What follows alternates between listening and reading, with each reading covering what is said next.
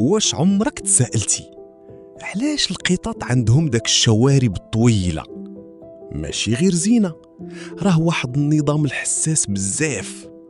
شوارب القط كيخدموا بحال رادار دقيق، كيحسوا بأي حركة في الهواء وكيعاونوا القط يعرف واش يقدر يدوز من شي بلاصة ولا لا. حتى في الظلام كيعطيوه معلومات على المسافات باش ما يصطدمش بالحوايج. وماشي غير هادشي، الشوارب مربوطة مباشرة بالأعصاب، يعني أي لمسة صغيرة كتوصل للمخ ديال القط في الحين.